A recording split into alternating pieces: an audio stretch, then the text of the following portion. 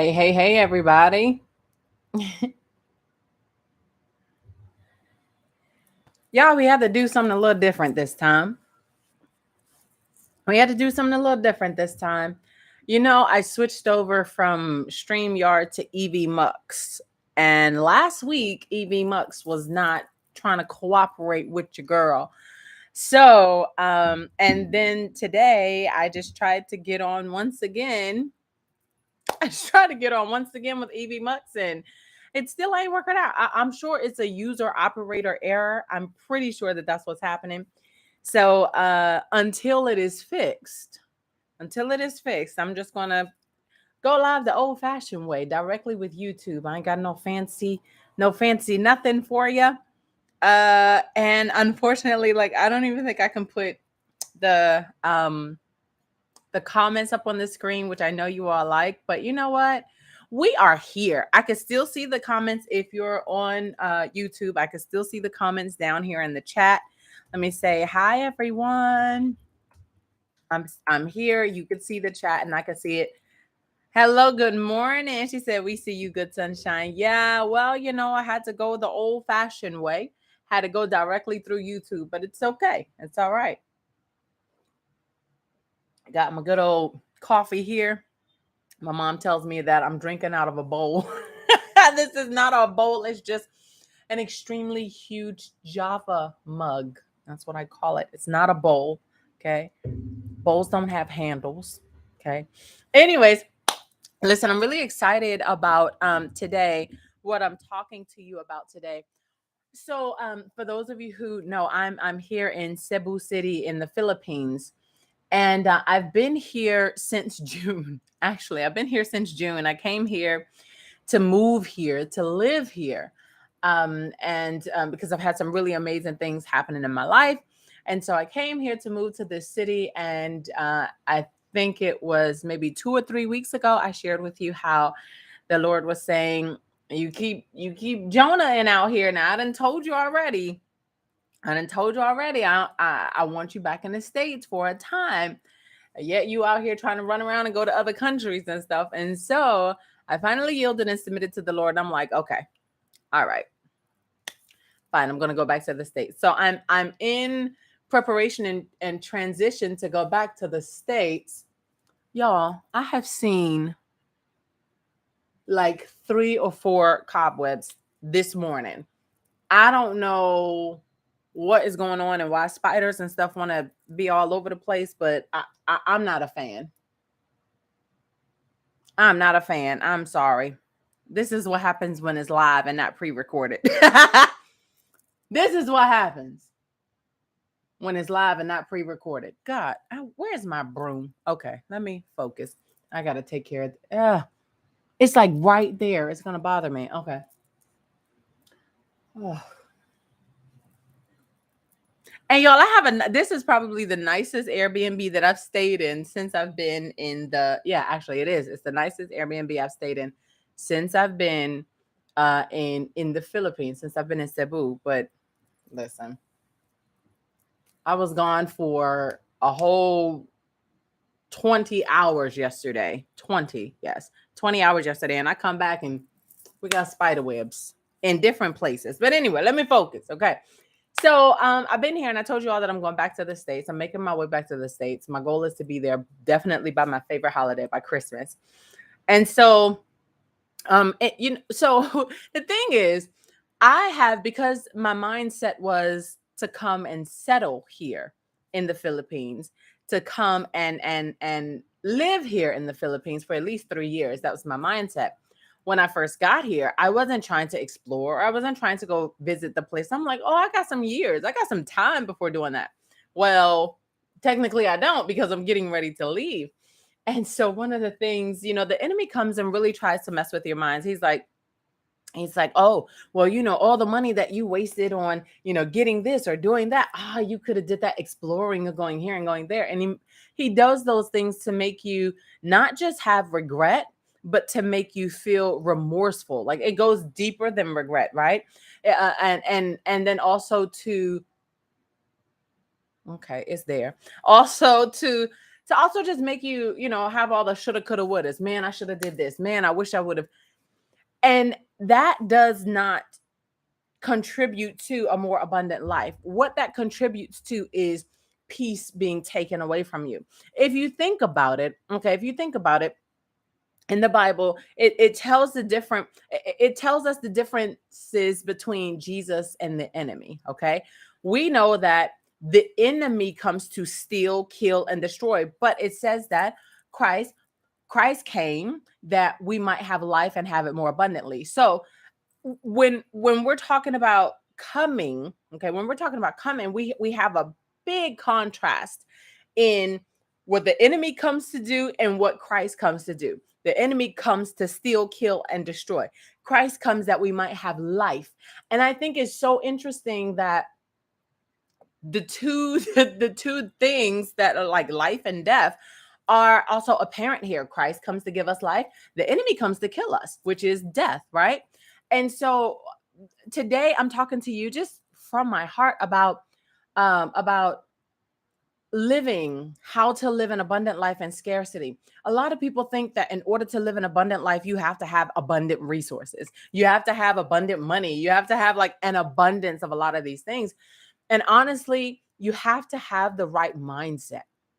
That's what it's really about. If you think about it, your mindset is a resource. If you're talking about having the right mindset, if you're talking about thinking the way that God would want you to think, right? We often quote Philippians, I think it's 4:8, and then there's another one, 4:8 through something, where it talks about think about whatever is pure, noble, reputable, in there is true, righteous, all of those things. Those are the things we need to be thinking about. But why don't we think about those things? Because the enemy comes to steal our peace. He comes to steal our peace by causing us to think a variety of thoughts, a variety of things. If we think that, money is going to solve all of our problems, even though in the Bible it does say money answereth all things. But if we think that money is the only thing that's going to solve all of our problems, then we focus so much on trying to get money, trying to earn money, trying to make it appear so that we are able to keep, what's the word, like the thoughts. We're able to think that we're going to have a more abundant life. Let me tell you something. There are rich people out there.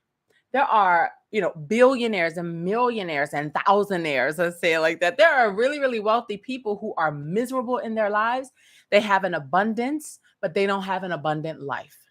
They have, they travel, they do all of these things, they invest. They have properties and they have a lot of things, but they don't have peace and they don't have a more abundant life. Let me tell you, an abundance of things does not equate to an abundant life. An abundant life is your mentality.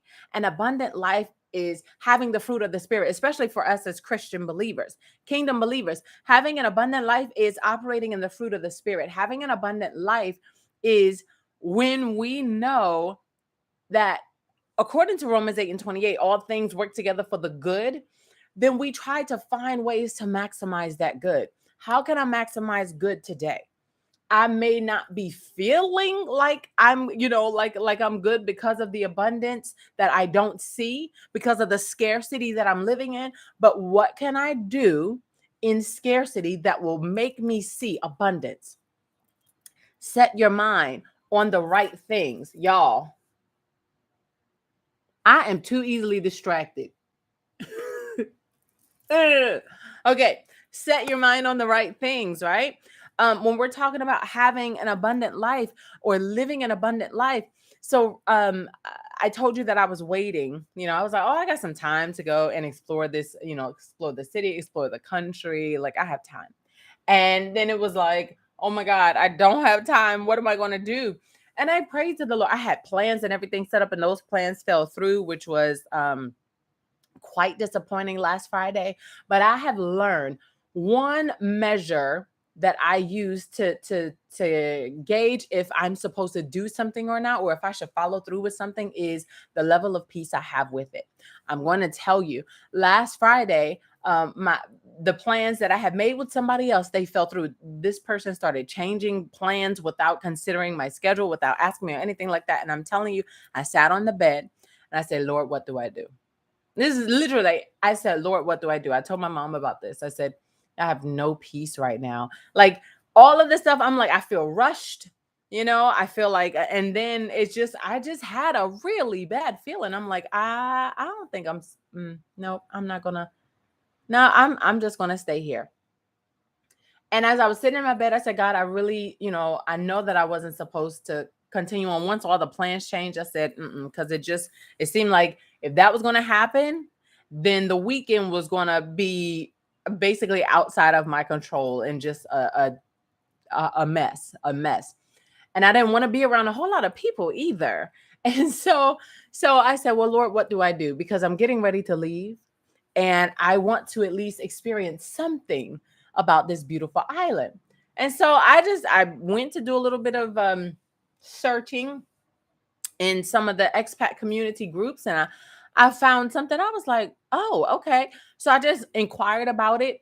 And then next thing I know, like God worked it all out to where I was able to go to a few islands yesterday. I was able to visit some historical landmarks and churches, and because Catholicism, Christianity is a big thing here, but it's a lot of Catholicism, and so I got to see a lot of the big, beautiful cathedrals, just churches, everything. I really enjoyed myself.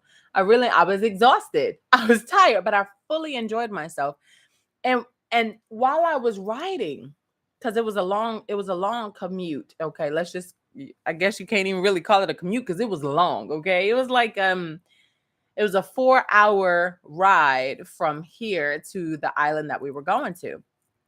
And when I wasn't asleep, and I was actually, no, it was when I was sitting out on the beach in the salt water. Okay. I was being attacked by waves. Okay. Let me just go ahead and put that out there. I was being attacked by waves. And also there was another thing in that, because I was being attacked by waves. And then finally I just gave up. I was like, I'm just going to sit here in this water and I'm going to hold on tight to these shoes, because I took my shoes off. So I'm going to hold on tight to these shoes. And when the waves come, I'm going to just let them push me closer to shore. Y'all, every single time a wave came, I inch closer and closer. Like, I mean, it was just that forceful. And I said, ain't no need in what they say, beating against the tide or something like that. I'm just going to ride with it. And I said, God, that's where I am in life right now. All these waves and stuff over the past couple of months have just been pushing me and pushing me. They've just been pushing me closer and closer to the States. They just been pushing me closer and closer to America. Go ahead and push me. I ain't even fighting against it no more. Just push me closer to my destiny, closer to the States.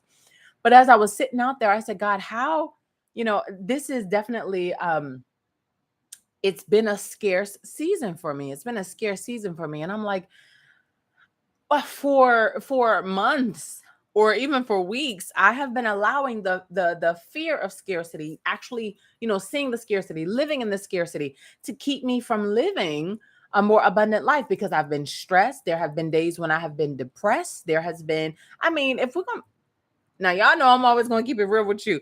Been days where I've been depressed, days when I've really just been like, fighting against so much. And I said, God, I want to thank you for the opportunity to experience a more abundant life, even in scarcity. And that was how this whole topic came to be, like, to just encourage you to know that, okay, things might not look the way that you would want them to, but you have a choice. You have a choice in how you see your situation and how you see your predicament. You have a choice to either choose scarcity, which is your reality, or choose abundance, which is your destiny, to choose the abundant life that Christ came to give us. My mother put the scripture in there, John 10:10. I came that you might. That's not John 10:10. John 10:10 is enemy comes to steal. It's one of them, but the scripture is where God is coming to give us. Christ has came to give us an abundant life.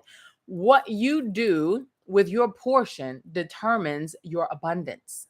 Okay, what you do with your portion, and today, I want you to hear me. I'm not talking about finances. I'm not talking about things, although that is included, but I'm not specifically talking about that. I am talking about mindset. I am talking about your reaction to life, your emotions. I'm talking about the things that you do not control. I'm talking about all the stuff that is outside of your control.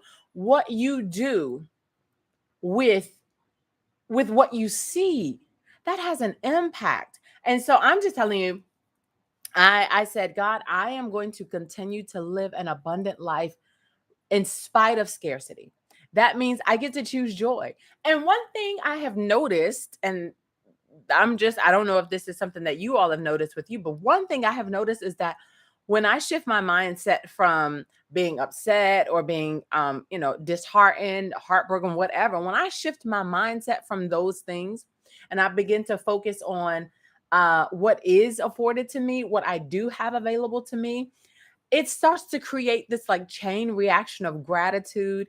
And when I get this chain reaction of gratitude, it makes me happy. It makes me smile. And it's like, okay, God, things ain't as bad as what they appeared to be and all of that. And to whom much is given, much is required.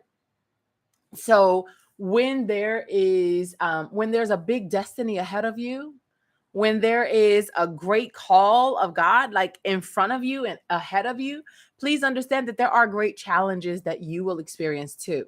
When there is a great abundance ahead of you and in front of you, please understand that there's going to be great scarcity that's going to try to keep you from ever overcoming that season to getting to the greater abundance. And the thing is, you just have to make sure that you don't quit. You have to make sure that you don't give up. You have to hang in there. And there are going to be several times when you want to quit. There are going to be several times when you want to give up. There are going to be several times when all of these things are going to start coming at you and hitting you to distract you. And one thing that I will tell you that I'm sure I've said in one of my lives or a couple of my videos earlier this year is that I give myself an opportunity to feel every emotion that comes with whatever season I'm in. I am not going to deny myself the ability to feel those emotions, because what happens is they become suppressed. We hold them back. We become suppressed, and then it turns into something more reckless. It becomes worse than what would have happened if we would have just dealt with it. Then what would have happened if we would have just allowed all of the feelings to happen and then create a solution, come back and reflect. And so, for me to tell you that, the past couple of months, especially the past couple of months in this year, have been very, very painful. They have been, it's been a lot. It's been a lot. And I've allowed myself to feel all of those emotions. When I was depressed, I said, it wasn't that I was claiming it. No, I spoke the truth. Okay. Sometimes we just so religious that we get jacked up. Like that's the thing that religion is oppression. Okay. We get so religious sometimes. We're like, oh, don't claim it. I'm not claiming it. I'm literally telling you what I am, how I'm feeling right now, so that I'm not living in denial, which will make it worse. I am saying, I'm literally confessing what is happening with me right now so that deliverance can come. It's not about claiming, it's about confessing where I am right now so that I can get better, so that God can hear my cry instead of me, dealing with all of this and making it worse by hiding it, by suppressing it. And so I've allowed myself to feel all the feelings and in the bad and also in the good. And that's what happened yesterday. I was like, God, I thank you so much for the abundant mindset, for having the more abundant life mindset, where it's not about resources, but it is about my mindset. It is about my heart. It is about the willingness to believe in spite of, the willingness to still have hope and great expectation. That is how you create the abundance mentality. Scarcity mentality says we don't have enough right now, so we need to hold on to what we have, keep it safe until more comes. That's a scarcity mentality. And what you hold on to, what you do not release, think about it. If you're holding on to something, if somebody's trying to give you something and your hands are like this, you're holding on to something you can't receive. You can't receive. So the abundance mentality, the abundance mindset, the abundance life says that I give. I open up myself to people. I open up myself to opportunities. I open up myself to hope. I open up myself to love, joy, and peace. And when you're open, you can receive more. When you're closed, you can't receive anything. But when you're open, now God can give you more abundant life. Now Christ can come in and give you the abundance, and you'll start finding solutions to problems. And you're like, well, dang, where was this a couple of weeks ago? It was waiting for you. It was waiting for you to change your mentality from scarcity to abundance. From scarcity to abundance. And so I hope you guys got something out of this. And if you're watching the replay, I want to say thank you so much for watching the replay. I'm going to get this whole live stream situation back to where, we had a good flow before. But there's just been, like I said, there's been a lot going on. So I've tried to change platforms and things, and it just ain't really work out for you, girl. So I'm gonna figure it out. But anyways, I love you all so much. God bless, and I'll see you next time.